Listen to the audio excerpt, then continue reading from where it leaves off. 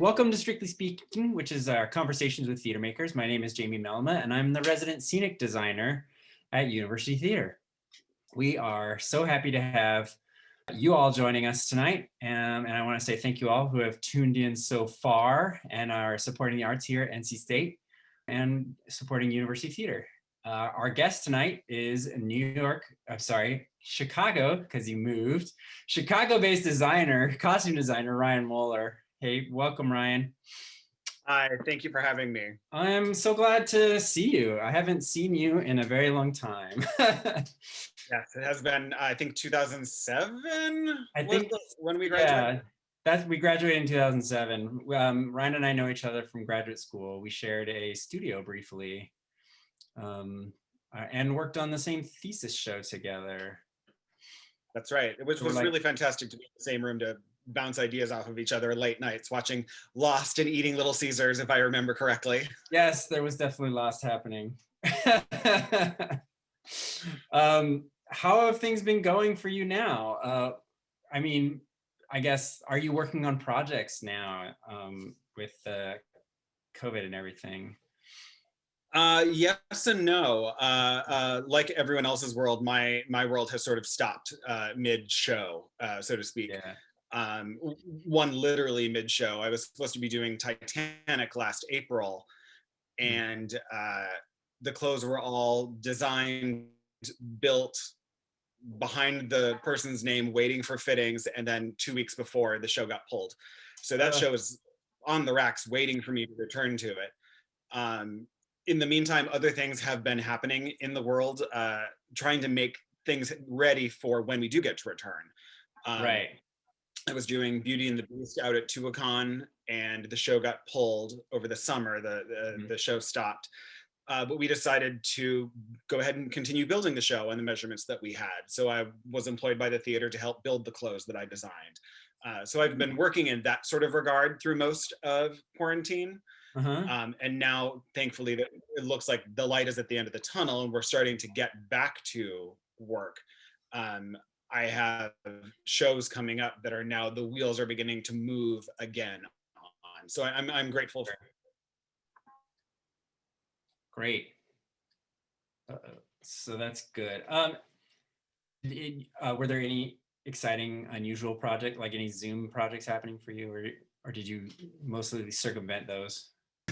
I was able to circumvent those for the most part. Yeah, me too. That turned into a Zoom, so to say. The most interesting, I'm going to be doing a television pilot. Oh, SAG and AFTRA have found ways to work around the restrictions. So yeah, it's a new genre for me. I usually do musical theater. And it's a fantasy realm. I usually do musicals with showgirls and sparkly taps and things like that. So it's a new genre and a new media, which I'm very excited about. I actually had a question about that. Because I noticed that you had really focused on a lot of musicals. Was that very intentional? Like the fact that you have done so many musicals over the years, or is that just sort of how it's worked out? A little of column A and a little of column B. I genuinely enjoy musical theater, and I always have. So it's what I naturally sort of gravitate towards. Sure. So the occasional play or opera that gets thrown at me, I really go hog wild on, because it's so different from what I normally get to do. Right. But I just love the collaboration with the orchestra and the choreographer, and musicals are bigger, and I like that as a designer. So I gravitate towards that. So it's my own fault, I guess. That's fun. So yeah, let's see. So for folks who have never encountered maybe this before, in your own words, like, can you tell us what it means to be a costume designer, and what that role is for you? Absolutely. I think that the role of the costume designer is to portray the visual world of the characters, not the world that they encompass, that they live in, but what they make up as a person, what their personality is, how old they are, what their socioeconomic status is. And a lot of times is giving away hints to the audience so that they're maybe in on the joke, or they know who the villain is going to be, or who the lovers are going to be. So it's a form of nonverbal communication to the audience directly. The actors are saying one thing, but then Right. in the clothing, I'm trying to portray a little something on top of that. It tells a little bit more of the story than what the actors can tell us. That's great. Yeah, that's true. I'm doing the other part. I'm doing the world part. You tell uh, us where we live. I tell them what they look like in that world. yeah, and that's always a fun challenge, working together to help pull that off. So how did you first get involved in theater? Like what led you specifically to costumes? Oh, I have a long and sordid history with theater because I'm not athletic. So I did my chance at T-ball and things like that when I was very young. Sure. And then there was a children's theater in the community that I grew up in. I grew up in the suburbs of Minnesota. Okay. And there was a small children's theater that you could sign up for after school activities. So I started there as an actor and went through high school and community theater like many people do. And when you're in those environments, you have to participate in some other aspect. You have to help build the set. You have to help paint things. You have to help hang the lights, something like that. And my mom, as long as I've known her, has had a at-home sewing business, doing company logos on polo shirts or baseball hats and things Yeah. like that. So she put fabric in my hand as soon as I was young, because I think in her mind it was a way to like keep tabs on me, so I wasn't running around, destroying the house. But what she ended up doing was giving me this love of creativity and taking a flat piece of something and making it into something three-dimensional. Right. So by the time I graduated from high school, I thought that I was going to be an actor. And specifically, I wanted to be on Broadway doing musicals because that's what I love. And I can't sing. Oh, that makes a problem. And that doesn't help when you want to do musical theater. So I had a college professor who pulled me aside one day and said, you know what, it's just not going to happen for you. You're never going to make it, even as a chorus boy. It's just not going to be you. So why don't we take this thing that you always thought was a hobby and make that a career? And they did. They created an entire curriculum for me and saw something in me that I didn't see in me. And I owe my entire career to that conversation that I had with that advisor, which I think helps me as a designer now, because I read and understand the script from an actor's point of view. Yeah. And I think that I can bring something to the character visually that they maybe didn't know, or that you have that line in the third act or in that one scene with that one person that I think is really important. And that's why you have this bit, or that's why you're wearing this color, or that's why you're doing this, because I'm reading the script from their point of view. Right. That's awesome. That's so true. I had a similar situation. Well, I had a similar situation in college where like I kind of found my thing.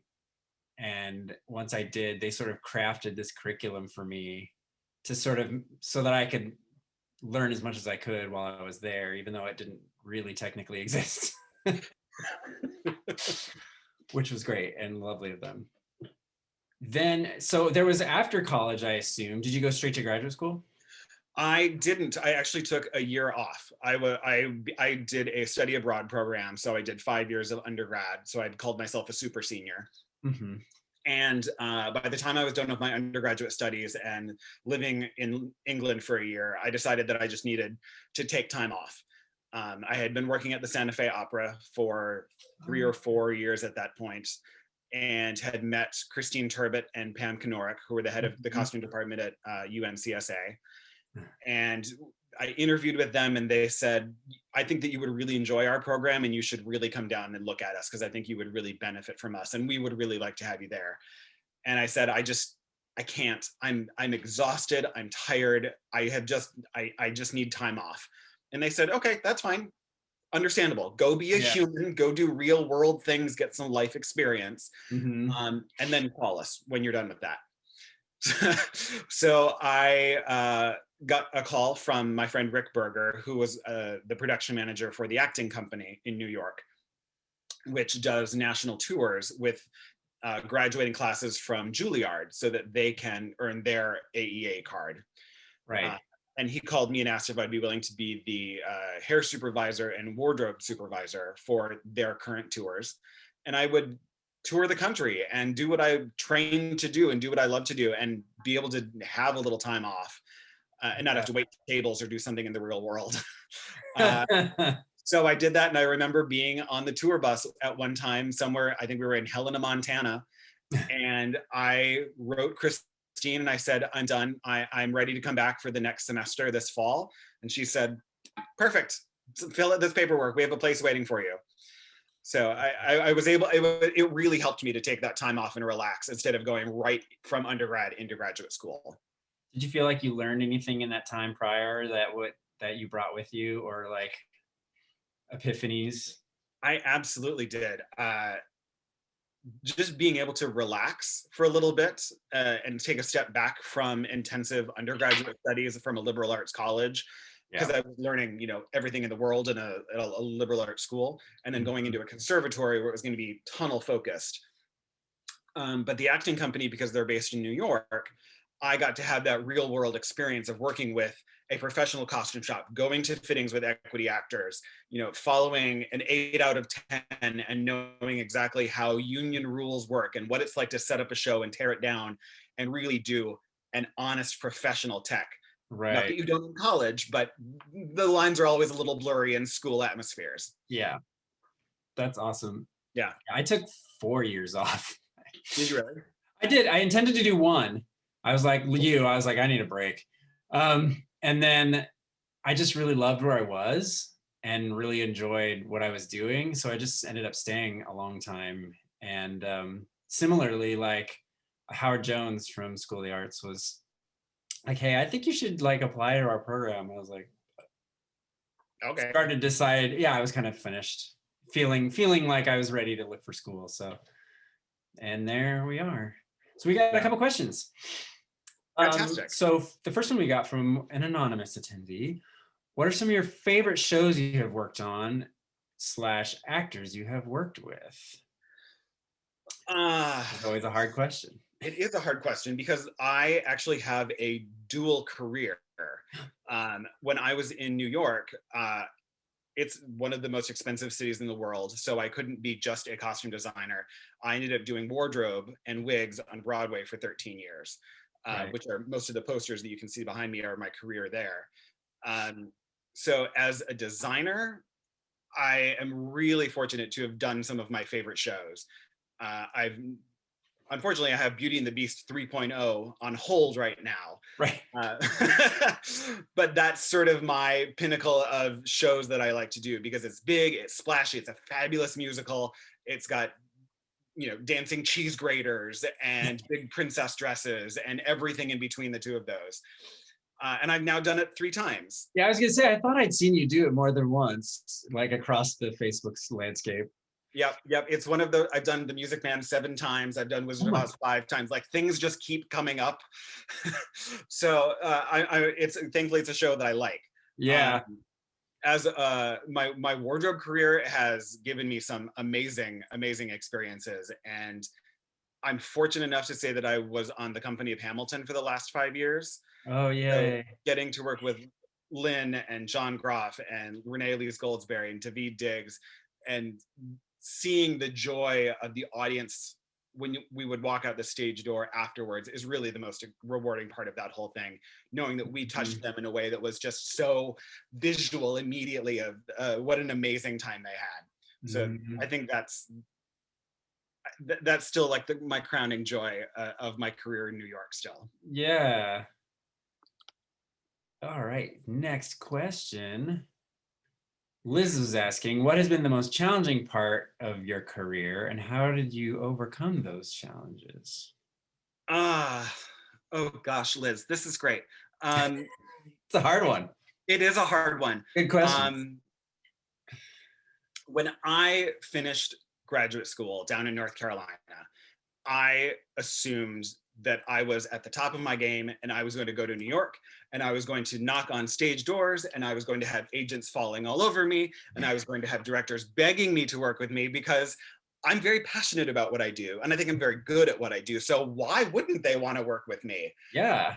But then the reality of being in that city, in that massive city where you have not just me, but you have the Yale company and the Harvard company, NYU and UCLA, and you have CCM, and you have all these other schools that have descended, and they had the same thought that I did. Yes. So that was like that was the light bulb moment for me, was going, oh, I am now the small fish in this enormous pond. And I think the way that you overcome that is persistence. It's absolutely persistence.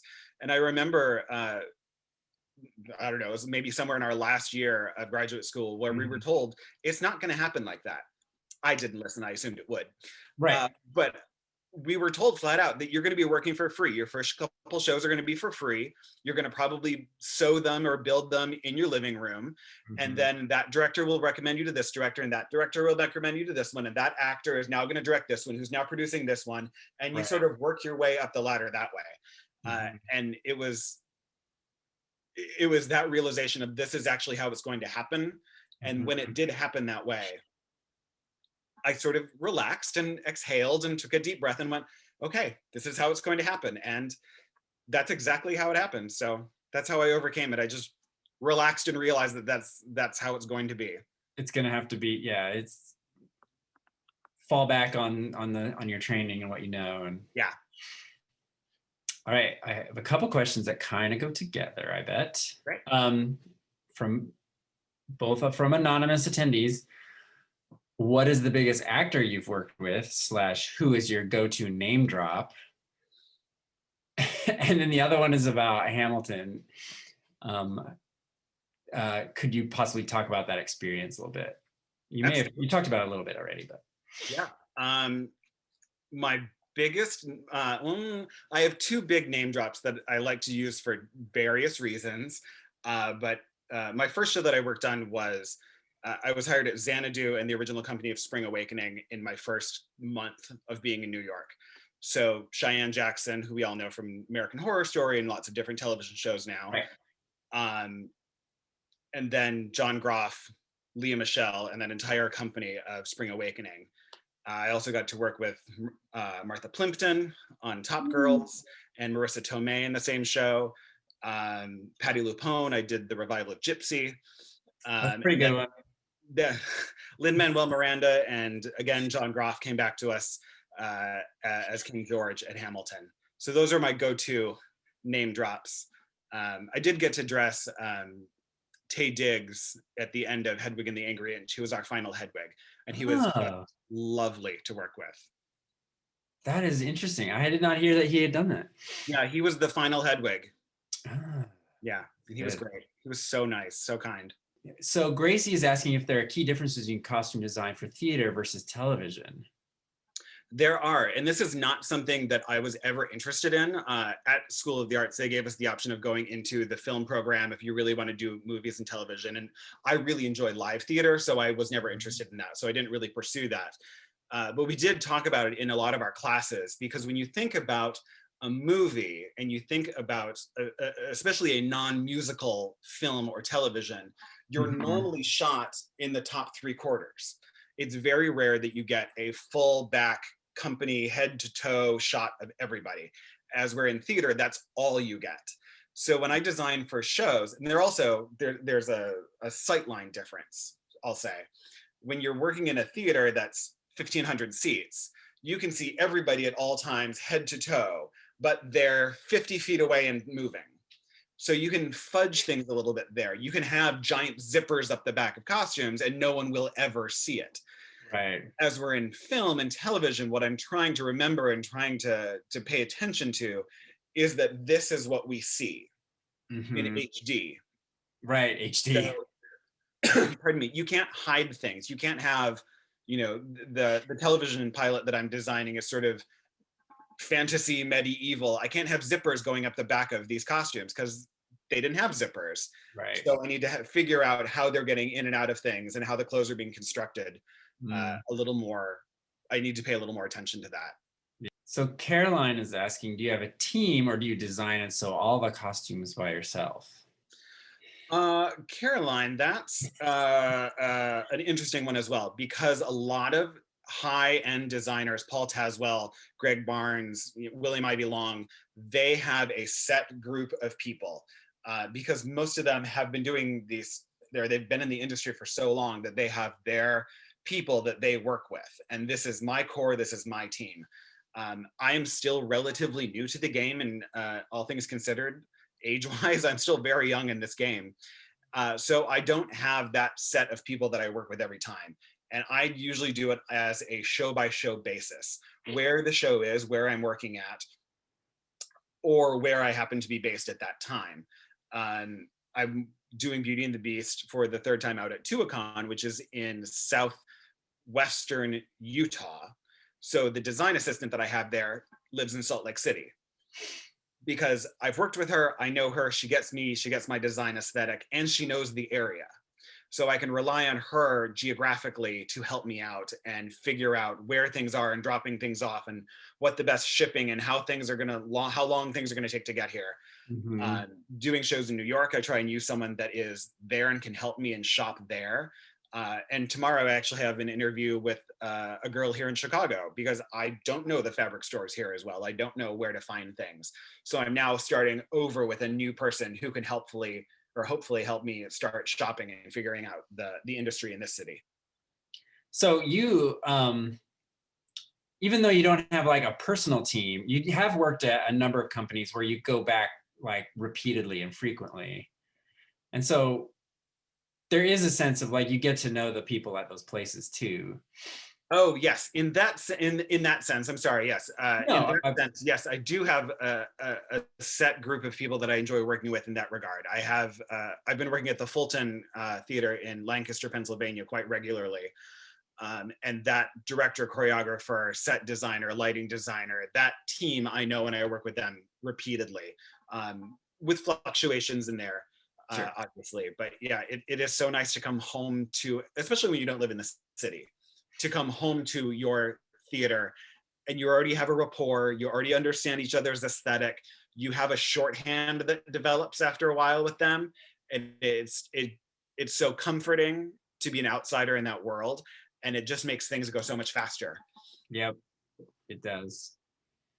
Thanks. All right. So Ingrid is asking, did you study abroad and did your study abroad include studies in costume design, or was it something related? Um, it did actually. It did a little bit, Ingrid. I got to study some costume design. I was in London, so I got to study.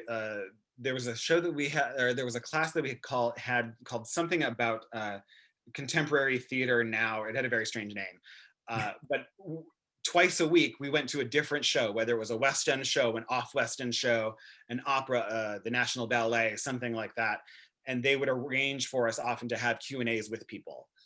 So we saw a show at the National Theater, and then we had a Q&A, and I got to talk to the head of the wardrobe department, and she invited me to come back to their rental warehouse. So a friend of mine and I went to South London to some warehouse, and we looked at old photos, and she showed us costumes and took us through their warehouse there, and we got to do a little bit of research with them at the National, which was fantastic. That's Um, awesome. Aside from that, I got to study art history and architecture history, which was fantastic. To go to the National Portrait Gallery, and here we are, we're studying, the Tudor dynasty, and here's all of the portraits of the Tudors lined up in succession. And everyone's paying attention to, small things, but I'm like, oh, and then the hat changes like this. And that guy has this little pendant, which must have been his grandfather's because it's in the same portrait. So I'm Mhm. looking at the art in a totally different way than everyone else is. From another anonymous question is, which type of costume design do you enjoy more, television or theater? Uh, You're still finding out. I'm still finding out. Yeah, and that's the hard answer to this. I love musical theater, and live theater is where my heart is. So that's what I have for the majority of my career. This television is going to be a new venture for me. I did a YouTube series a couple of years ago, uh, but it was contemporary clothes. It wasn't anything period. It wasn't anything special. It was a lot of shopping and what the actor happened to have in their closet. Mhm. But because this is a period set television show, it's a whole different ball game. But to me, there's just you can get away with so much in live theater with the size of hats alone, and you don't have to worry about obscuring someone's view and having the top of her brim cut off or something like that. I just love hearing the interaction of the audience members, sitting in the audience, not having them know who I am, or walking around at intermission. I can hear their comments. As where with television and film, you do it, and then a year later it's maybe on the screen, and then it gets a review. So you don't get that immediate feedback, is what I'm not looking forward to. I'll put it that way. So I think I'm always going to stick in live theater. Yeah, I think that's it. The answer to that. Speaking of hats, your Instagram has a pretty good hat game. I love that. It came about for, God, I don't even remember how many years ago it came around. But I was just playing dress up because, you got to see how it works. How does this coat work? What is the swing on this? What is my peripheral view in this hat? And someone just started taking pictures of me wearing this stuff in the costume shop, just trying it out. And I was like, well, I have this collection of hats and everyone seems to love it. So it just became this thing. Every show I do, I take pictures in the hats or the weird garments that are created, and I made a whole Instagram for it. So we have another anonymous question about what is the typical costume budget for a high profile production? Do these budget constraints negatively or positively impact your creativity? A high profile production. Well, I do have to say that I have not designed a Broadway show. I have worked on them. I have worked backstage, done wardrobe and wigs, so I've been on the crew for them. But I can't answer to what a Broadway budget is firsthand. I know approximately where they are, and they're in the hundreds of thousands of dollars. I'll say that. And it varies from show to show to show. If it, Xanadu had, I think, a cast of 14. So it's not Hadestown, Hamilton. It's not some Phantom of the Opera that has been running for 30 some years. Right. That's going to have a bigger budget than something that's small with only 7, 8, 14, whatever it is, actors. In my line of work, in the regional world, I'm dealing with not hundreds of thousands, but tens of thousands. I think the largest budget that I've gotten to work with was $68,000 for a production of Hello, Dolly. Dang, pretty good. I would take it. Absolutely. And at the get-go, I was like, oh my gosh, this is amazing. This is so much money. I'm going to have the most beautiful set of clothes ever. And then you start working at it, and then you need an understudy and a swing, and you need to have all of these other things and danceable shoes and specialty this and specialty that. Yes. And it all just sort of goes away so quickly, unfortunately. Yes, it disappears fast. It does. Yeah. But I was really fortunate with this show that they wanted it built from scratch. Everything had to be brand new. Nothing pulled from stock, nothing rented. We bought the women's parasols, we bought the men's shirts. Sure. But other than that, everything that was on that stage was built custom for those actors specifically. That's really surprising. I mean, maybe you could speak to this a little bit. I'm interjecting my question here, but like, for instance, like what would you typically, there's a fair amount of like pulling or borrowing or, like what would you say is typical for you in terms of the amount of built pieces versus non-built pieces for your shows? I like to build as much as humanly possible. Sure. I'm a very controlling designer in that I am trained to know how to style the wig, how to make the hat, how to paint the shoes, how to do all of that. So when I design a show, I think about the entire picture. And I don't want to have to second guess myself. I don't want to have to go back on my word of what I put down on paper. I don't want to have to choose something else. So if at all possible, I want to build absolutely everything.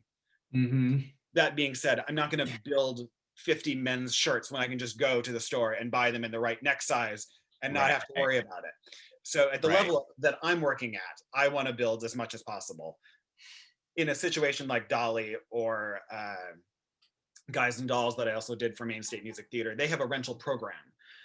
So companies, schools, colleges, whatever, can call them and rent an entire production at once. And in Right. that regard, they don't want to have to go through and pull things from other shows or say, oh, we can't get this because it's now out with this production of that. So Right. they want an entire everything. That makes sense then. Yeah. That choice. If it's a small something that I know is only going to run for 2-3 weeks, Right. then yeah, then I'm going to pull it from stock because I know it's not going anywhere and it's just this one set little thing. Right. So another question, anonymous question. What was the most difficult show to costume design for that you've done? It is the happy thorn in my side that I keep going back to, and it's Beauty and the Beast, because it's a hard show. It's so hard because the stuff that I want to do as a designer, like how do you make dancing salt and pepper shakers? Well, those are hard three-dimensional objects that, you know, in a Baroque world or Rococo world, they have a certain shape to them. But now they have to be danceable and they have to be able to do Russians and splits and cartwheels. And how do I make a dancing cheese grater? How do I make, you know, it's the wonderful thing, because I keep getting called for this show. So it's the wonderful thing that I get to keep re-exploring and learning. That didn't really work that time, but I bet that if I did this, right, I could make it work now. So it is the most pleasurable show that I get to do, but it is also just the Be Our Guest section is the most difficult show that I've ever had to do. Yeah. Do you find the beasts for that show particularly difficult, or is it mostly Be Our Guest? It's mostly Be Our Guest. The Beast is difficult in certain ways because you have to keep the actor cool. So like with this actor, this is the first time I got to do it at the Fulton. We built an ice vest for this actor, and he would change it intermission. So it had like ice pack, it had pockets, like a life preserver. Yeah.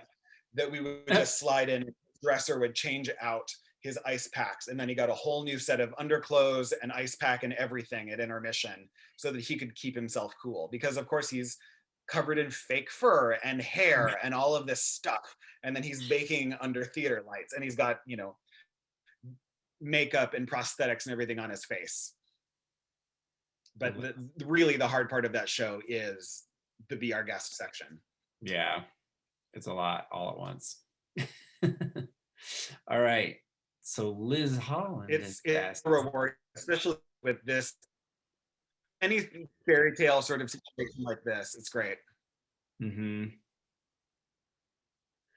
So Liz is asking, do you have any words of wisdom on costume mishaps when something goes wrong on stage?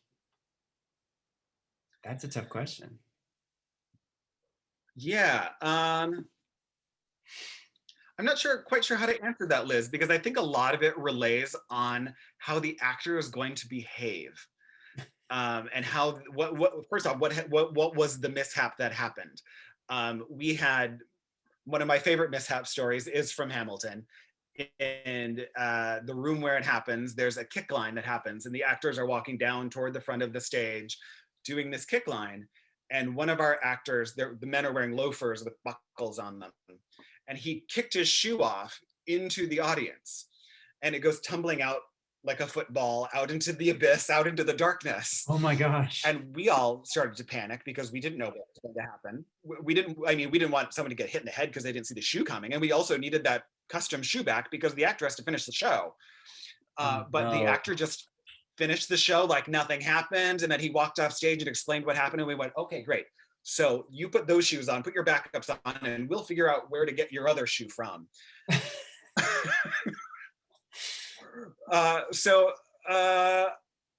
But as a dresser, I always have an apron on me with what I try to think of as every possible solution. I dressed at Rock of Ages on Broadway for 3 years, and I was in charge of the female ensemble, which are strippers in the second act. So they have fishnets and thigh-high boots and garter belts and all of this stuff. So I had tools, like a tool belt of stuff, just in case if the zipper on a thigh-high boot breaks. How can I fix this? Or how can I get you untangled out of your fishnets without destroying the costume? So it wasn't just safety pins and a needle and a bite light and things like that. Like I had tools on me. I had a shoe repair kit that I carried around with me, basically. That's intense. So I guess to answer the question, be prepared for anything, because Yes. you never know what's going to happen. Actors always find a way. They will always find a way. Yeah. And if they can get off stage safely, or a lot of it relies on them because they're in front of the audience. But yeah, I to answer the question, I try and be prepared for any problem that could possibly be thrown at my way. And that just comes with experience of knowing that, oh, I should have a Leatherman on me at all times, because you never know. Yeah, Leatherman's pretty handy. That's a good piece of advice. It really is. It was the best Christmas present I've gotten from any show, hands down, was a Leatherman. It's a multi-tool if anyone doesn't know the actual like brand by name. It's like a Swiss Army knife, but based on pliers almost. Yeah. Thanks, Josh, for throwing the Leatherman into the chat. Another anonymous question is asking, what is your favorite time period or aesthetic to design for?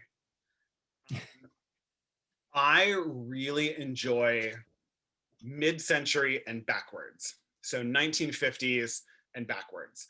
I really don't follow modern fashion. I have no real want or need to be a fashion designer. I don't enjoy contemporary fashion. I think that my sweet spot as a designer is really the turn of the century. From 1890s to about mid-19 teens is really the sweet spot as a designer. It's just such a beautiful shape. On a woman, you get that lovely S shape of the corset, and then the train, then it's topped off by a beautiful hat. And then the men is pre-World War I is really when men really got to dress, because after World War I, it becomes more functional dress rather than aesthetic dress. So the fabrics are nice, or you get a nice pocket watch with a fob on it, and you get a corsage, or you get a boutonniere with, you know, a silk hanky behind it, or a lapel pin. You have all these little beautiful details that you can do in both men's and women's costumes. And then when you get into like class divisions, you get, you know, the upper class, the middle class, the lower class, the working class, you get uniforms. Everything is just so ornate and so detailed. And those are the pieces, as a designer, it's those details, those little hints of character that I can give people that I really enjoy. Yeah, like that. Those are great time periods. It's a lot of shows are set in there too. Yeah, everything. Yeah, my undergraduate professor told me, if you can ever not do turn of the century or 1920s, take it. Oh my God. Everything can 20s and 30s. 20s and 30s. Yep. There's so much beautiful stuff that takes place there. That a lot of things just end up getting put there. Yep. Yeah. So Catherine's asking, do costume designers work closely with set designers? We do, Catherine. We work, I would say out of everyone on the production team, I work closest with the set designer. Which was so handy when Jamie and I were in school together. We shared an office. So we could really, our town was our thesis, the opera. We got to throw ideas back and forth and know that when he was painting something, I could say, oh, what color do you think this is going to be? And then that would influence the color that the clothes were, because I need the person to stand out on that stage. Oh, yay. Oh, there she is. This is so many years ago. This is now 2007. Yeah. But I need to know, you know, is it a raked stage, or what color is the floor, or they're tap dancing in this. Did you know that this is now a tap number? You know, things like that that needs to be communicated that can really affect how the costumes are going to function. And because I do so much backstage things as well, I often want to know what the backstage setup looks like, of where things are being stored, because for example, like in 42nd Street, it is costume change after costume change after costume change. And the whole end of the first act is just a parade of clothes. So I need to know, once we get out of money, where does that go? Because now we have to go into Dames, and then we have the 42nd Street Ballet. So I need to be able to know where we can set these things up and help the wardrobe supervisor figure out, that can be underdressed, but those shoes have to be set over here because she's going to come running this way, and that's going to end up over here. Can you explain what underdress means? Absolutely, yes. In theater, often, well, unlike film and television, you can't stop. The motion is continuous. So in a quick change situation, oftentimes there are clothes that are worn underneath another set of clothes. So sometimes costumes are completely quick rigged to break away down the back, perhaps, and there is another outfit underneath it, and it just speeds things up. But that's what double dressing is literally wearing two costumes at the same time. Yeah. It's sometimes you just do not have time, like time and timing No. is yeah, everything. And space, backstage space. Manpower. Manpower. There were, in Yeah. that 42nd Street that we were just looking at, there are 19 females and there were 16 males, and that was just the chorus. And then you have the principals on top of that. And then there's this giant set. It was just the parade of people backstage, moving the set, doing the flies, doing the costumes, all of that. It was just a massive amount of people backstage. And you can't possibly change 19 girls at once. It's just not possible. Yeah. Wow.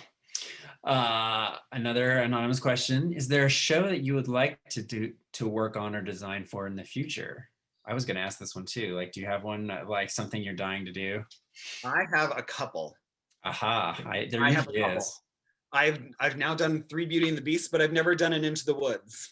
Oh, yes, that would, Right? yes. Yeah, you Give me got to do something that. new. I love fairy tales. I always have, but that is a show that I have loved since the DVD with Bernadette Peters and the original company came out. I've Yep. loved that movie and that production for so long, but it's just never come across my board. It's never come my way. I would love to do a little night music. Uh-huh. Also a Sondheim show, takes place turn of the century, Austria, beautiful rich people being terrible people. Sounds fantastic to me. Sign me up. Those are really the two that are at the top of my list, Into the Woods and a little night music. I have done it Into the Woods, but I really would like another crack at it someday. Like, yeah. Sometimes there's shows you're just like, man, I did that, but I want another shot at it, which is how you end up with 3 Beauty and the Beast, I guess. I'm really leery of that show because now there is such a tendency. Well, the original production was a fairy tale come to life. It was like children's books in 3 dimension, and it was so beautiful and so ornate. And now it's like we're gonna do it all in white with 2 pianos. Well, Oh, uh-huh. I'm not interested in going to H&M and just buying a bunch of white clothes. I want my big fairy tale. Yes. Another question, anonymous. Do you have to design for the main actor and the understudy? Is it hard with different sizes? So generally what I try to do is the same thing for both uh, the main actor and the understudy, because I'm trying to tell a story.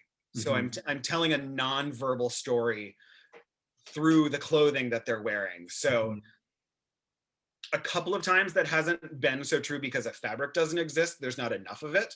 So Adelaide and her understudy might have a different dress, but it will be the same silhouette. It'll be the same aesthetic. It'll be the same shape that we're going for. Right. Well, one might be red and one might be salmon because I couldn't get enough of the right fabric. But generally, I try to make them the same because it also throws off lighting. It throws off the other actors if there are 2 understudies on. Especially in a long running show, everything becomes like a machine. So if you don't see Gaston in his red doublet and suddenly there's someone in purple in front of you, it throws off that machine, the actors as well as the people backstage. Yeah. Yeah. Lighting is huge for that kind of thing. Like those lights have been sort of set for those temperature of clothings and the skin tones and all that kind of stuff and can be thrown off totally. Right. And they can't just go through and redesign something because an actor happens to be on that night. They're not going to go through and fix all of the gels because now he went from wearing red to wearing purple. Right. So I try and stay as consistent as possible. Another anonymous question. How do you feel about musicals turned into movies? Does it take away anything from the original show, do you think, like Into the Woods? So normally I'm very happy with musicals being turned into movies. I I think that a lot of times you can add something. I think Hedwig and the Angry Inch is a perfect example because the Yeah. stage version is a concert. It takes place in one place and it's a long monologue with the occasional song thrown in. But in Mhm. the movie version, you get to see the backstory, you can see the development of the characters, and you can understand the relationships between Yitzhak and Hedwig and how things changed and how he got from where he was to where he is. The That's a good flip side of example. that, the flip side of that, I think, is the producers, which Mm. is the most faithful recreation of what you see on that Broadway stage on film. And it is boring, boring, boring, in my humble opinion, because you don't, because it's here, it's all in close up, and you don't get to see 17 chorus girls Mhm. doing the same thing at the same time, and you don't Right. get that experience of it that you would in the theater. So to answer the question, I'm happy. I'm thrilled. I love the musicals live that we're getting on NBC and on Fox and everything because it is bringing that medium to a larger audience. And maybe to people that don't get Broadway tours coming through rural Mhm. Nebraska or something like that. So they're finally getting to see these shows that they've maybe heard the music to or they've heard about, but it's the way in which it is treated, I think, is the line that teeters. I think Into the Woods is a great adaptation of the Mhm. musical to film. I think Hairspray is terrible. Mm. Chicago is brilliant. They Really? reimagined the whole thing specifically for film, and I think it's Yeah, so brilliantly done. I agree. That's another really good example. Yeah. Okay, that's that question. All right, so I will now go to my questions. So you're a member of USA. Can you tell people what that is or what that means exactly? Absolutely. USA stands for United Scenic Artists, and it is the union for scenic, costume, lighting, and I believe projection is now also in there. I think so. And it is the union that oversees all of our disciplines backstage. Um, so they don't see us on a one-on-one basis necessarily, but they have guidelines set in place, like any union does, for health and safety, um, and as well as the type of theater, the level of theater that you work at. So once Mm, you become a union designer, there are some theaters that don't hire union designers because they can't afford you, because they have to pay into your health care and your right, pension and your 401k and those sorts of things. So they have to be at a certain bracket to be able to hire a union designer, right. which affects, inevitably, it affects the quality of the craftsmanship that they're putting on stage, because Mhm. that means that they're at that level that they're hiring union actors, union designers, union directors. It's all one package, and they Right. want to make sure that us representing the union are giving a package that represents their aesthetic or what they want their perceived image to be, I guess. Yeah. For freelancers in particular, it's super important to have that union behind you because otherwise you have no health insurance or no, Right. yeah, or no protections. Yep. So that's super handy. For me as a designer, it felt like when I was able to join the union, it felt like I finally had that stamp of approval. I mean, it Yeah, literally got a stamp, but it felt like I had that stamp of approval that I'm good at this, that I have right. reached that level where I am good at this, and this is my career. This Yeah. is what I do for a living. There's definitely a status level to it too that like that's a good bump for someone's career as well. Absolutely, it is. It's like an actor So, being able to join their union, being able to right. join Actors Equity. Yeah. Yeah, exactly.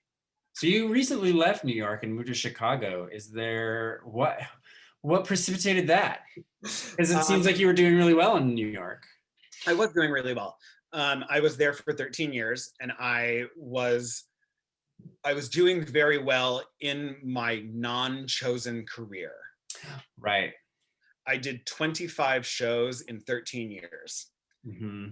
and I was miserable every single day Uh, because I wasn't doing what I loved. I shouldn't say I was miserable because I really enjoyed what I did for a living, but I wasn't doing what I wanted to do. I wasn't doing what fulfilled me. I was right. doing what I needed to do to pay my bills. Hmm. And although I learned a lot and I am eternally grateful for the career that I had, uh, it came to about a year ago or so. It just came to me that I'm so much happier when I'm not in New York. I'm not constantly late. I'm not constantly running to work because the subway is broken down. It shouldn't take me an hour and a half to go 8 miles. That's absurd. I'm Right. so much happier when I'm working outside of the city. Right. And a friend of mine, we were at brunch, who happens to be from Chicago. He said, "Then why are you here? Why not leave? You don't have to be here to do what you do." And it's true. That's true. It's Hmm. true. I can do whatever I do. Well, I happen to be a costume designer, but I can do that anywhere in the country. As long as I'm near a major airport, I can get anywhere. My Yeah. agent is in New York. The union is nationwide, so that doesn't matter. Yeah. So I live here near O'Hare Airport, and I'm literally in the middle of the country, and I can get anywhere very fast. Um, it's also a cheaper way of living, that I don't need to have a day job anymore. I don't need to live Right. paycheck to paycheck hoping. I can just be a designer. I don't have to ever do wardrobe again. Right. So That's that was pretty really great. a big factor. Yeah, that's huge. That makes Yeah. tons of sense. So we're getting close to the end. So I'm going to ask our usual closing question, which is like, do you have what would you say to students or others who are just starting out and are interested in costume design, or do you have a one piece of advice you would give to those folks? I think for anyone in our industry, this is specifically for costume designers, but I think for anyone in our industry, if this is what you want to do, and you know in your heart, if this is what you want to do, if this is what you're passionate about, then do it. Don't let anything stop you from doing it if this is what you want to do. Take as much knowledge from anywhere that you can, soak up as many art classes, watch as many indie movies, art house movies, get inspiration from anything that you can, but do it. And don't let anyone tell you that you can't do it. One of the first jobs that I had in New York was a shopper for a costume shop. And during my interview, the owner of the shop asked me where I went to school. And I said, I went to the University of North Carolina School of the Arts. He goes, "Oh, you didn't go to Yale? You'll never make it in this city." Uh, excuse me.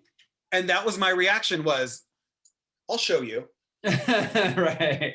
That was how I set out in my career. That was the first job I had in New York. And I was like, I'm not going to let this man tell me that I can't do this. Mm-hmm. So that is my advice, is that if this is what you really want to do, don't Yeah. let anything stop you. Don't let anything put you in your path. That's great. That's super great advice. Well, we're closing out, and so I just want to say thank you so much, Ryan, for being here and doing this with us. And it was really great to see you and catch up with you. And audience, thank you so much for joining us for this as well. Have a great rest of the night / weekend. And we'll see you all again soon. Thank you so much for having me. This was wonderful. Yeah, thanks. Bye. Bye.